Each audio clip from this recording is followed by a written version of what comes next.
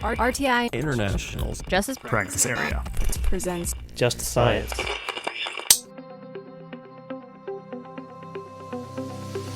Welcome to Just Science, a podcast for justice professionals and anyone interested in learning more about forensic science, innovative technology, current research, and actionable strategies to improve the criminal justice system. In episode 1 of our case study season, Just Science sat down with Anthony Earles, Forensics Identification Unit Supervisor at the Maui Police Department, to discuss the Maui wildfires that occurred on August 8, 2023, including the collaborative nature of the mass disaster emergency response effort, the forensic methodologies and technologies used to identify recovered human remains, and the various challenges encountered during response mobilization due to the isolated geographic location of Maui County, Hawaii.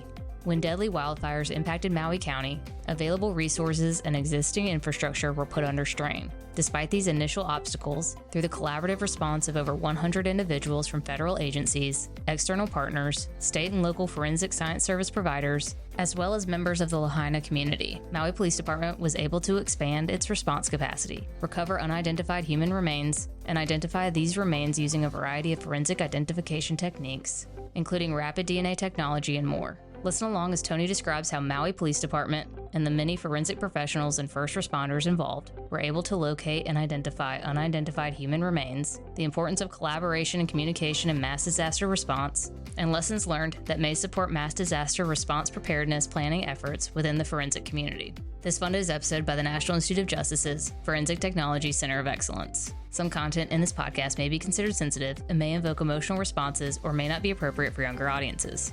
Here's your host, Michaela Martin.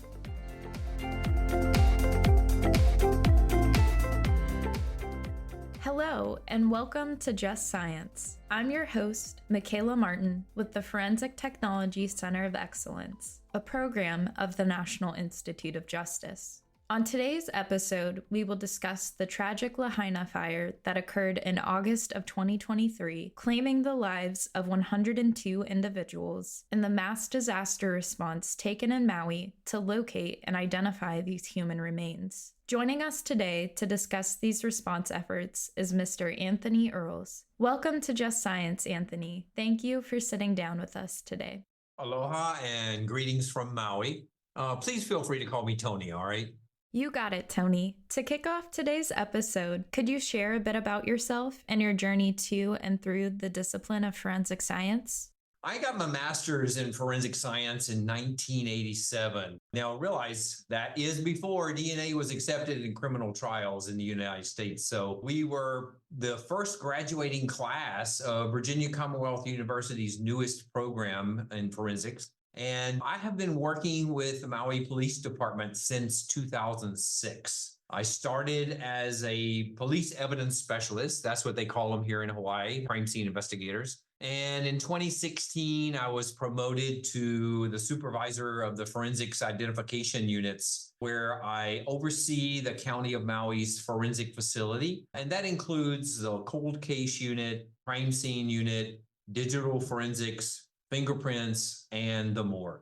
Sounds like you have a lot on your plate. Perfect. Well, to dive into our case study, for listeners who may be unfamiliar, could you give us an overview of Maui and Lahaina, Hawaii, including their geographic location and any key information that is relevant to better understanding the impact, scale, and deployment efforts for the Lahaina fire? For those who may not be aware, the state of Hawaii is 8 islands in our chain that are inhabited. We are approximately 2,500 miles from San Diego, so we're kind of in the middle of the Pacific Ocean. Maui County itself encompasses 4 of the 8 islands. So there's Maui, the largest, Molokai, Lanai, and there is an uninhabited island in our county, Kaho'olawe. Maui County has about 165,000 residents, but realize that a daily average of tourists is around 75,000 per day on Maui. On August 8 of 2023, our police department consisted of 196 sworn officers. That includes our outer islands, the smaller islands. A minimum of 24 beat officers are working at any given time on the island of Maui. And we have 7 forensics professionals in our forensic facility on a daily basis. A little bit about Lahaina. Lahaina is located on the west side of the island. Lahaina has over 13,000 residents before the fire, and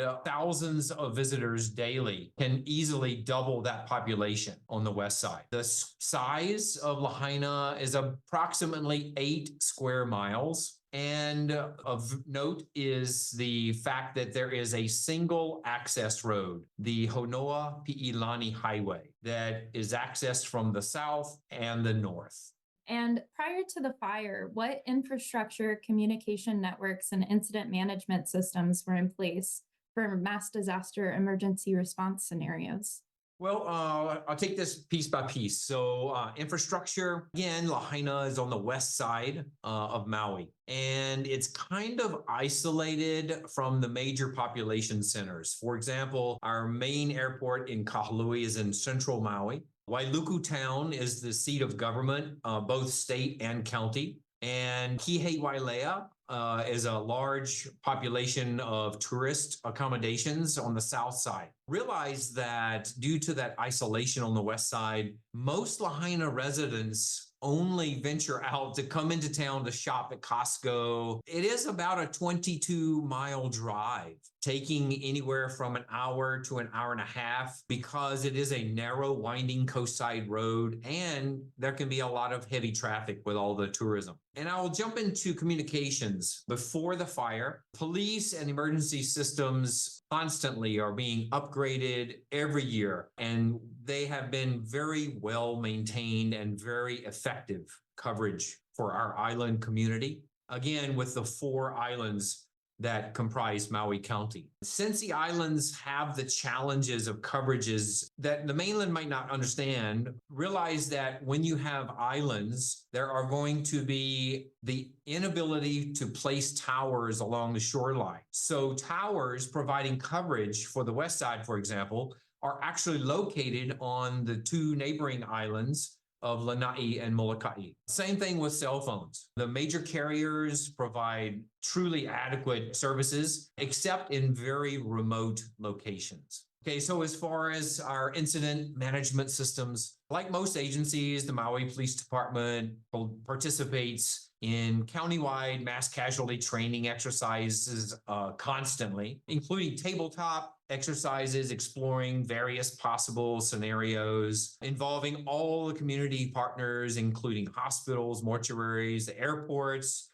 private construction companies, which we depend on a lot of times for loaning the county equipment use for large fires, brush fires, that kind of thing on a normal basis. And just realize that our infrastructure at the forensic facility, our daily operation is around 7 live people working in this building. During the Lahaina response, we expanded to 127 people. Yes, and you can imagine the challenges from not only the day-to-day, just toilets, for example, not be able to handle the increased loads. We had to bring in portable toilets, air conditioning, refrigeration failures. It's not used to being able to operate from 6 in the morning until midnight every day at high capacity. Our facility wasn't designed to handle those extended hours and operational requirements. So supplies like your paper towels, your toilet paper, everything had to increase coming into the building to support those who came to assist us during the disaster.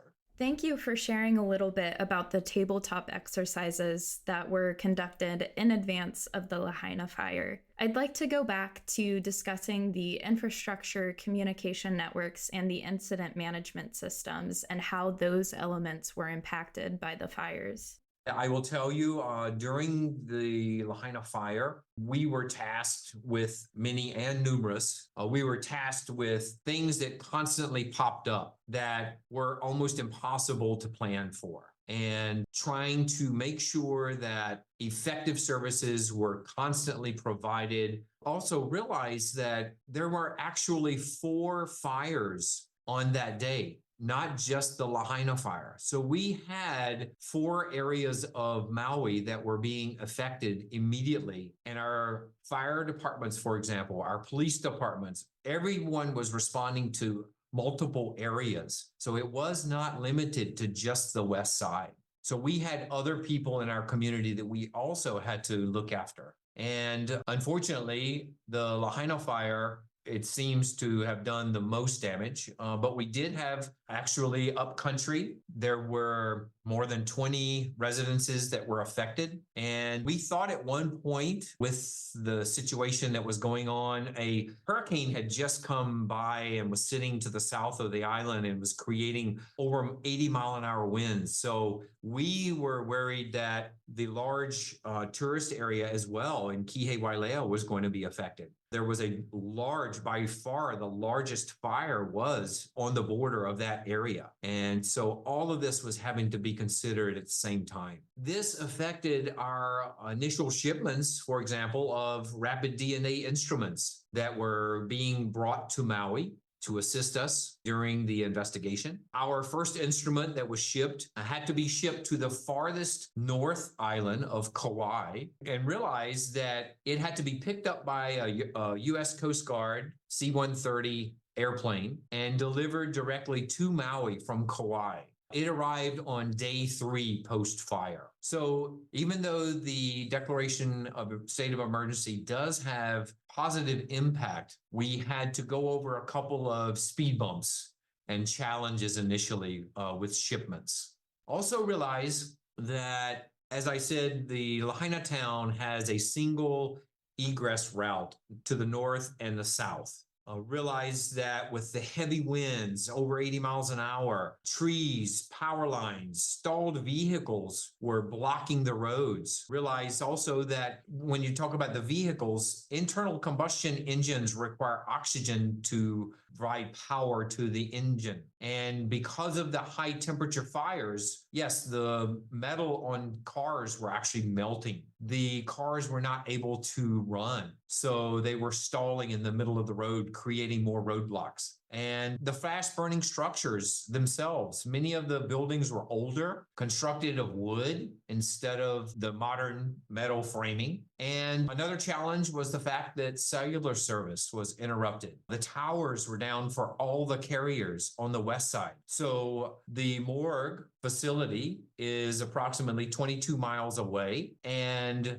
even though we are here to receive the recoveries, we still have to communicate with those that are conducting the recovery operations on the west side. Our Maui Police Department radios were fully functional throughout, which is, again, because of our preparations and keeping our communication systems upgraded constantly. They were no problem. However, for those of us who've only used police radios before, it only allows a single speaker at a time. So again, that can be challenging when there's hundreds of people that are trying to communicate different things during the emergency. Another challenge was street signs being destroyed by the fire. It made navigation sometimes challenging, not only for people from Maui who were familiar with the street signs before, but because our off-island workers who came from our federal agencies may not understand the speaking of the Hawaiian names of the streets. And the neighborhoods,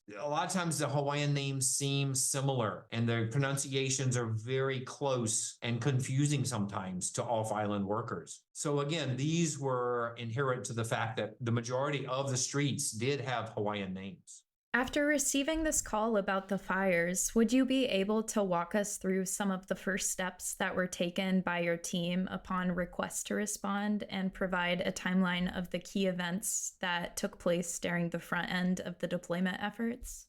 I received a call from another detective that the fires are raging in Lahaina, and we're going to be expecting to have numerous casualties. The fire did burn very fast. It did extinguish itself by the morning pretty much thoroughly. So realize first thing on the 9th, we made 40 recoveries by Criminal Investigation Division on that very first day. Again, these were recoveries that were obvious. They were in the roadways. They were along the roadways on the sidewalks. So they had to be recovered initially to make sure that we could provide transportation for searchers who were going to be performing search and recovery. Realize also on day one post-fire that on our side, as far as receiving the recoveries, we had to start expanding the temporary morgue. Luckily, we were able to utilize the adjacent vacant lots to our forensic facility to accommodate eventually 5 refrigerated shipping containers. And we started on day one post-fire with daily morning briefings every morning at 6:30, and we were tasked with problem solving. Again, remember, we still have limited cellular and text services, so everything is being conducted by police radio. The morning briefings was an opportunity for a very open floor discussion. There was no such thing as chain of command issues. This was an opportunity for people to bring problems and bring solutions and ideas. It was a collaboration. There was an opportunity for discussion, and our goal was to solve whatever problem came and make sure that we could move forward with the very best information that we had. It was also an opportunity as new team members were coming aboard from federal responses and other agencies statewide to integrate those workers and introduce them, make sure that everyone knew what our roles were, including the recovery side. So again, we were trying to coordinate from our side of the forensic response, which is just the receiving of the recoveries, and communicate effectively to the recovery side. By day 3, our rapid DNA instrument was on site, our first one. Another surprise happened was that the media was starting to look for stories, and they were starting to provide coverages of our temporary morgue area, which was the refrigerated shipping containers. And by day 6, post-fire, we realized that we needed to have a team and a task force that could integrate all of the facets that were going to be involved. So we started the MINT, and that stands for the Morgue Identification and Notification Task Force. These were leaders from each agency and segment of the operation to help problem solve. Again, no chain of command. If we had a problem, let's solve it. We would meet in the room all together, the leaders from all the agencies. And again, that was on day 6. We were already communicating with our recovery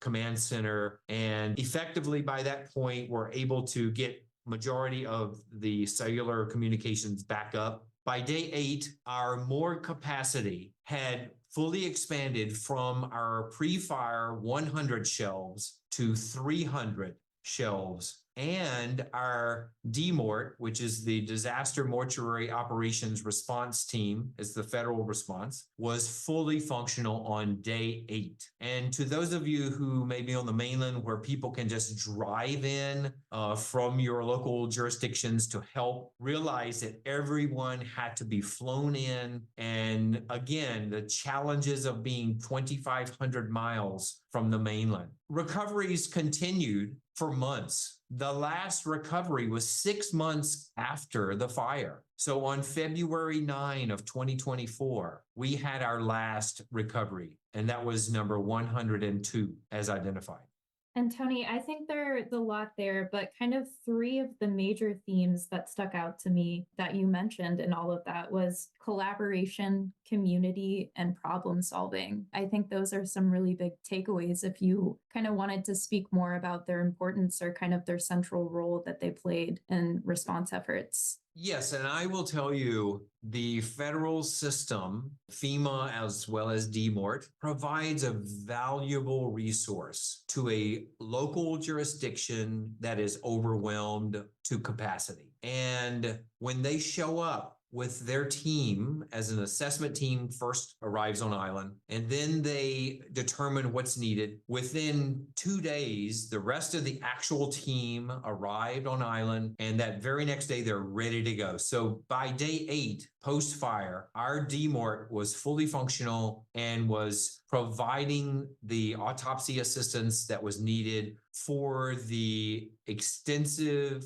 operations that were needed for identifying the decedents. And realize that as the recoveries progressed through the timeline, the initial recoveries were more whole, they were less destroyed by the thermal defects. But I will tell you, as recoveries progressed, they became more cremated and scattered, just because they were harder to find, as well as they were more located inside of structures that were harder to search. And again, I was not part of the search side. I was purely on the side of the forensic morgue operations and identification. But the collaboration was extreme. We had community members, organizations, companies, you name it. The great thing about being a small community is that you pretty much know, or someone knows somebody in those organizations. It just takes a phone call and we can get something working and we get things moving. We tell them what we need and they make it happen. And our community did step up tremendously to support our efforts, as well as the Lahaina community on that side as well. Communications, again, everyone has different operational plans and everyone's goal is the same. The goal is to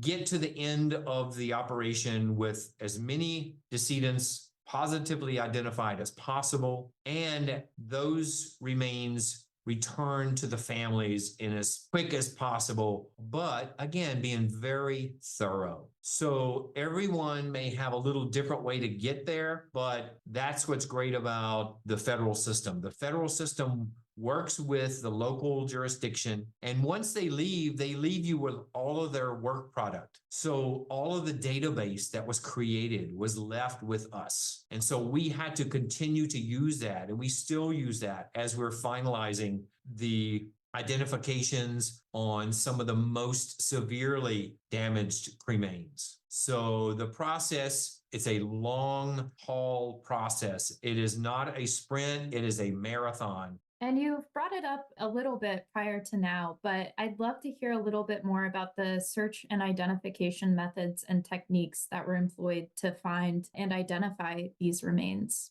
I will tell you again, I was not part of the search side. That was handled through a command center on the search and recovery. But we did have a command center in our police chief's office that was meeting constantly from day one. And we would report there constantly, sometimes multiple times throughout the day. And our goal was to make sure we communicated what our needs were and what we were encountering, to make sure that everyone was communicating effectively across search and recovery, as well as the morgue operations. I will say that by day 4, post-fire, we had our first scientific identifications of decedents using fingerprints and rapid DNA technology. The other scientifically accepted identification methods, such as dental, was a little later. That was around 3 weeks in the post-fire timeline that our dental IDs began. But that was because it was challenging to find dental records. And I'll talk about that a little later. But as our preliminary after action report identified, 63 total were identified by rapid DNA, 17 were identified with fingerprints. And again, those were the earlier recoveries. And then 14 were confirmed by dental, 2 were confirmed by medical devices. So I will also talk about, during the identification methods, the use of dogs, as far as my understanding in recovery of unidentified human remains. Again, we were not directly involved. Our involvement was to communicate that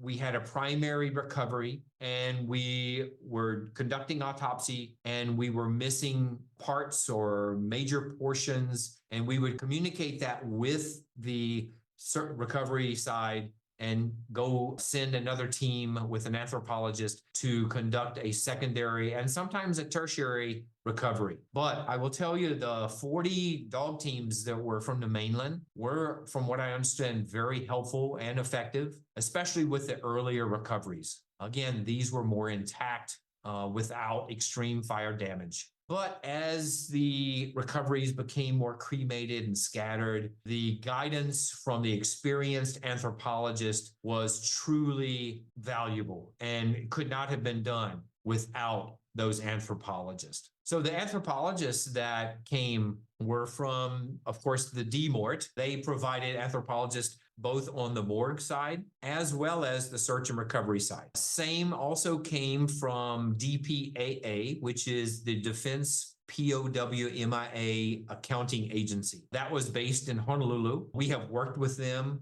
as a forensic statewide partner before, but these are some of the best anthropologists in the world, and they specialize in identifying remains of our military that have been left in prior incidents throughout the world. So they are highly trained and very well tasked with being able to identify extremely damaged remains. Now, in the morgue, during the autopsy process, as we were seeing the primary recoveries, we would communicate with the search and recovery command and task them with sending another team back for a secondary search. We also created an immediate Excel spreadsheet that we had to track, and we shared this on a file for forensic personnel to be able to keep it up to date as possible with the latest information as to where the recoveries were, the primary, when a secondary recovery was conducted, what were the results, and if that was finalized and we were completed with that site. The anthropologist would conduct assessments of the remains here at the morgue, and were looking for completeness, wanted to make sure that they were documenting it through photography and as well as through inventory sheets with skeletal designs that they would mark with red markers to show what was recovered and what were we missing. Again, we were trying to also verify the singularity of remains. So remember that during this event, sometimes people were found together. During this extreme event, this experience, you could only imagine that you were trying to take shelter anywhere you could. And sometimes that was together. So it was our job to make sure that we separated those and were able to identify if there were multiple remains. We had to make sure that we verified the identity of each and every one of the recoveries. Also, as far as post-mortem fingerprints, well, I will say, and I would love to send our appreciation to the FBI lab in Quantico. They sent a fingerprint specialist who was wonderful in training our team on techniques for optimizing the recovery of fingerprints from the decedents. Those initial recoveries without extensive thermal damages, the fingerprints were obtainable. But realize that a lot of our decedents were actually older victims, and most of them do not have arrest fingerprints or known fingerprints on file. A lot of them didn't even have driver's licenses, which again, we can't even search driver's licenses and compare it through APHIS anyway. But I will say finding known prints was sometimes challenging for the older members of our community. And then as far as our dental identifications, realize that our records were lost in the fires. Most of the Lahaina residents tend to stay on that west side. Most of them conduct all of their business on the west side, including their dental visits. And unfortunately, several of those dental offices were also burned, delaying our ability to be able to obtain those known dental records. As far as medical devices and medical x-rays from previous medical treatments, some of the individuals were identified with medical records, including x-rays from prior treatments. We even had 2 recoveries that were identified using implants. One was a pacemaker and the other was a hip joint. Both of those have unique serial numbers that were used to make that identification. And then, of course, the largest by far was the use of rapid DNA. So on day 4 post-fire, our first DNA identification was confirmed. And realized during the height of operations at the morgue, we had 5 DNA instruments on site operating with a team from across the country assisting us in the morgue recovering samples, taking those samples to the teams that were conducting the rapid DNA analysis, and then the results and the identifications were being reported to our forensics team. So, Tony, you mentioned the use of rapid DNA technology to support identification efforts. For those listeners who may be unfamiliar, can you explain how rapid DNA is used in mass disaster scenarios? So rapid DNA technology, it was tremendously helpful. That 90 minutes to 2 hours that it takes for that analysis to go through and give you a positive identification was truly amazing. And our goal, again, is to be able to secure a positive identification of the decedent and to allow the families to proceed with their loved one's disposition. And they really need to have that positive identification to begin that closure process. So the rapid DNA was by far one of the most valuable tools that we had available to our use throughout this operation. And it continues to date. Again, from our preliminary action report, 63 were positively identified using rapid DNA. So again, we would not have been able to do it without that technology. Can you talk a little bit about the processes used and the general experience in obtaining family reference samples to compare to DNA profiles developed from the located remains? Realize that our Maui community is comprised of people from numerous countries, making it sometimes challenging to secure family reference samples. We needed family reference samples from worldwide. So the FBI provided assistance, as well as the Mexican consulate. We were able to have samples recovered by law enforcement agencies worldwide and shipped directly from the FBI to Maui Police Department for analysis. We realized early on that some folks are reluctant to provide their DNA samples to law enforcement. So we spent quite a great effort with social media, promoting a message that those family reference samples would only be used for identification of their family members and absolutely nothing else. That was a great undertaking initially. But once the message was passed throughout with social media, we had the help of community leaders and religious leaders speaking in their native languages in public service announcement type messages to communicate that we would only use those DNA samples from the family members to identify the decedents. So nearly 1 month after the fire, we conducted a family briefing on the West Side. This was by invitation only. It was for immediate family members only. There was to be no lawyers, no media members, no non-family members. The event was quite a production. You can imagine, again, this is about 1 month after the fire. It started with a Hawaiian blessing. There were numerous religious leaders there for consultation. The Maui Police Department answered questions directly and realized that there were sometimes very difficult situations. For example, one family lost numerous members. So our forensic pathologist, our resident forensic pathologist was there as well to meet with them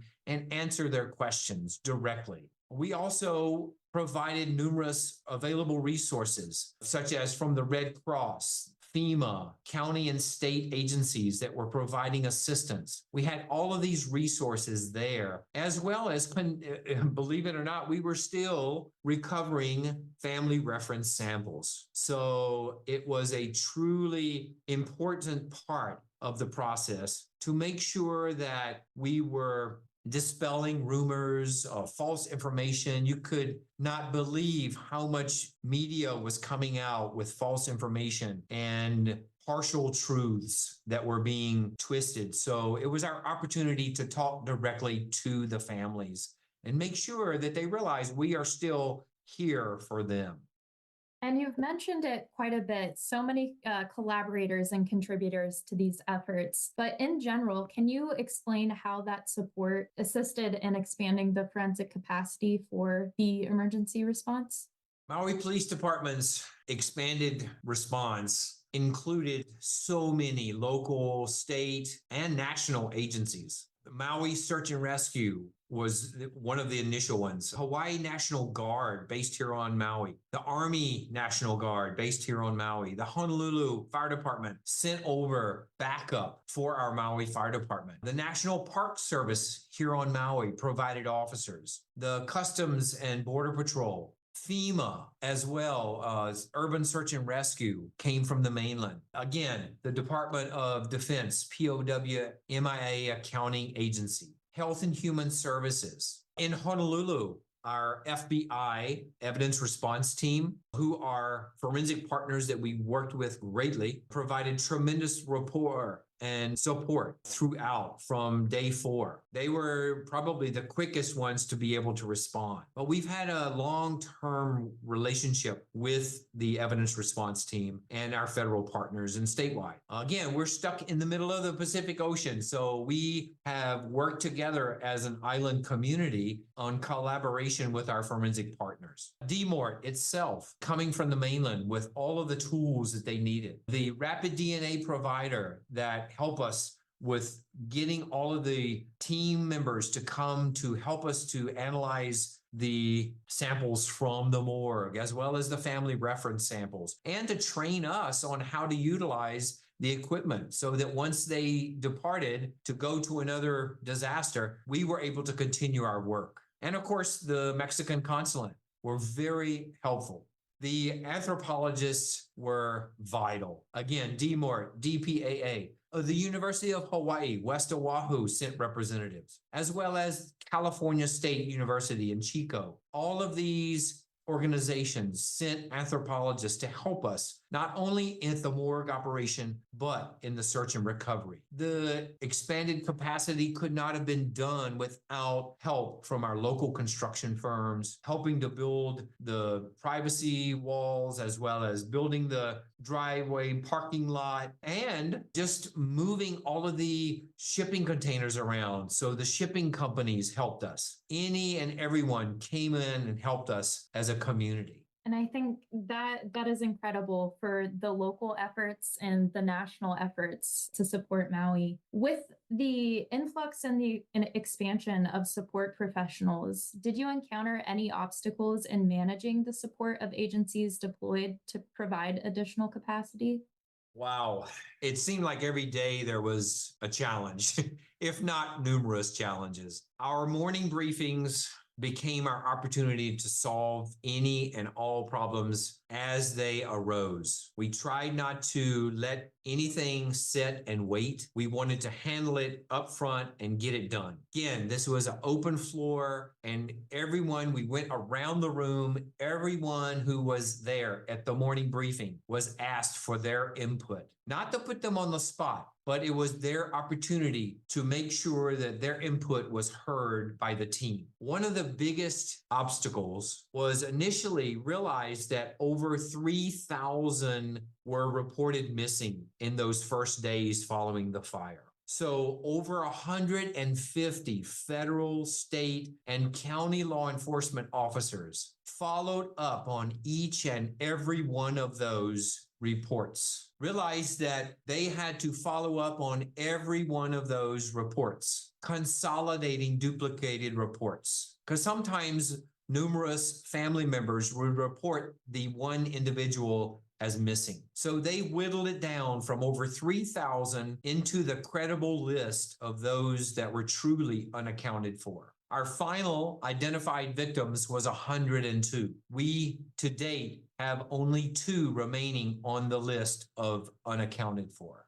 And thinking about the human side and the individuals involved, mass disaster events can be physically and mentally demanding and distressing for both the community members that are impacted and the forensic professionals that are supporting the deployment efforts. Can you speak a bit about the support and systems in place to promote forensic professionals' physical and mental well-being while at the deployment site? Well, I will tell you, the forensic professionals who assisted us throughout this response were dedicated to their work. They were showing up ready to work, and they worked until the very last minute each day. We actually had meals delivered more than 3 times a day to our morgue facility so that the forensic professionals could take a break, go up to our lunchroom, have a lunch, and then go right back to work. We also had mental health support throughout the event. From probably the 3rd day after the fire, we had experts visiting our facility multiple times. We actually, when on the first couple times they came to the facility, we would bring them into the autopsy suite so we could introduce them. We would go in. Now, we realized we had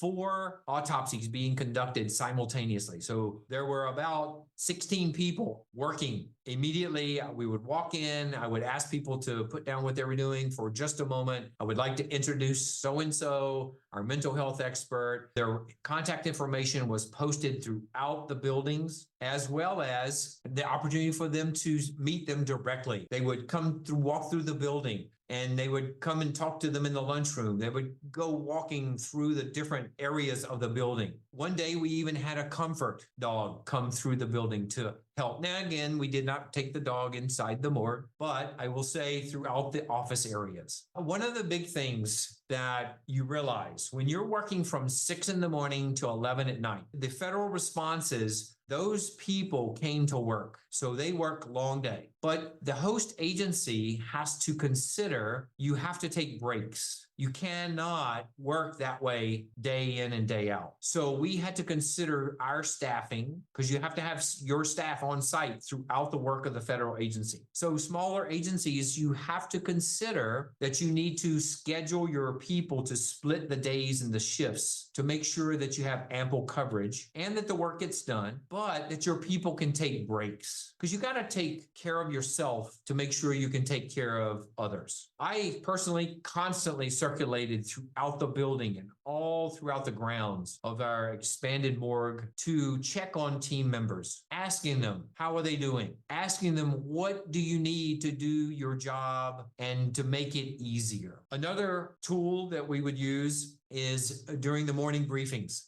I try to maintain optimism, realizing that everyone was facing such grim duties. We had celebrations every day. We would celebrate how many positive IDs we were able to accomplish the day before. We would celebrate birthdays, anything we could think of to try to make something positive and to make people have some positive outlook as to where the end was going to be. And there is an end to the race. Thank you for sharing, Tony. I think well-being is so important, and I appreciate all the examples that you've provided that other agencies can pick up and utilize, maybe even just for daily work as well, to keep morale high. So moving into post-deployment efforts, are there still remains that are unidentified? Yes, there are still remains that are being tested with advanced DNA analysis. And these are very severely damaged, unidentified human remains. They are being conducted by not only Rapid DNA provider, as well as AFDIL, which is the Armed Forces DNA Identification Laboratory out of Delaware. I will mention, though, if you, as a smaller agency, after a federal response, you would like to continue to utilize these federal resources, you need to secure those federal resources by a MOU or a memorandum of understanding. And sometimes that can take months to get in place. So make sure you start that process early, well in advance of when you're going to need it. So we actually started that in mid-September to progress through the point of where we are because they are projecting, the FEMA and EPA are projecting that the recovery sites will be finalized as far as all of the reconstruction that's going on in Lahaina through at least February of 2025. So we have already got it in place that AFDIL will provide services as well as DPAA with anthropology needs in case we have another unexpected recovery. Realize that that work is still going on in Lahaina. The rapid DNA provider, again, is also continuing to analyze those challenging samples. So we are still working on DNA analysis. And on the same page as the lesson learned to establish MOUs earlier in advance, are there any other lessons learned from this mass disaster that are being utilized to develop actionable next steps regarding deployment strategies and infrastructure needs?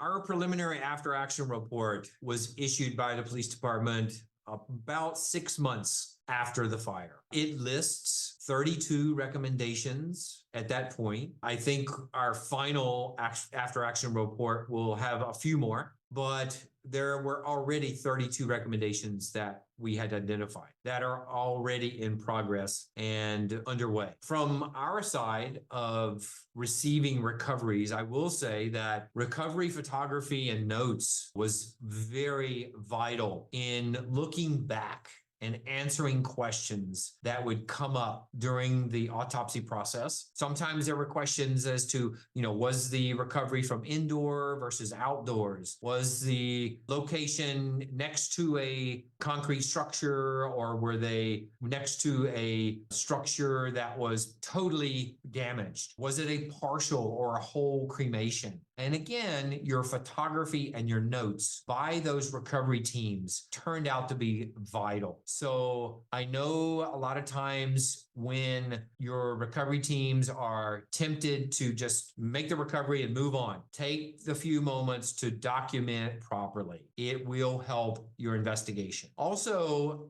get those anthropologists and the fingerprint experts integrated into the process as soon as possible. The anthropologists, they are trained to recognize human remains. A lot of times, the structural debris that has been damaged can be confused with human remains, or human remains may be overlooked. A lot of times also there are animal, non-human remains. We even had one recovery that was a medical specimen that was deemed by our forensic pathologist to not be a decedent from the fire. The fingerprints, again, those are your quickest and easiest identification, generally giving quicker closure to families. So get that help on site earlier.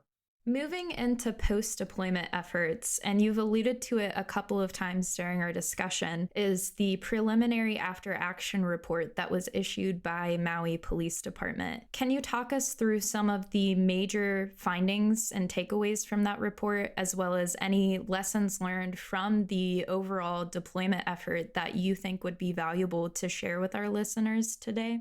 As I mentioned a little earlier, I reiterate the importance of being involved with your statewide and regional forensic partners before you need each other. We, as a statewide group, including the FBI Evidence Response Team in Honolulu, have had long-standing relationships. We have regular meetings. We get together and we discuss forensics as far as a future for the state, but also problem solve some of the challenge that we all have. No matter where you are, we all have the same challenges in the forensic community. So the DMORT, for example, the DMORT personnel from the mainland, they have the same challenges that we have here on Maui. It's just that their location may have a little different perspective to it. Also, I would recommend build your relationships with your community. We are, again, fortunate to be a small community. So we are friends with our neighbors. So I was able to pick up the phone and call the owner of the property next door and say, hey, you may have heard about their situation.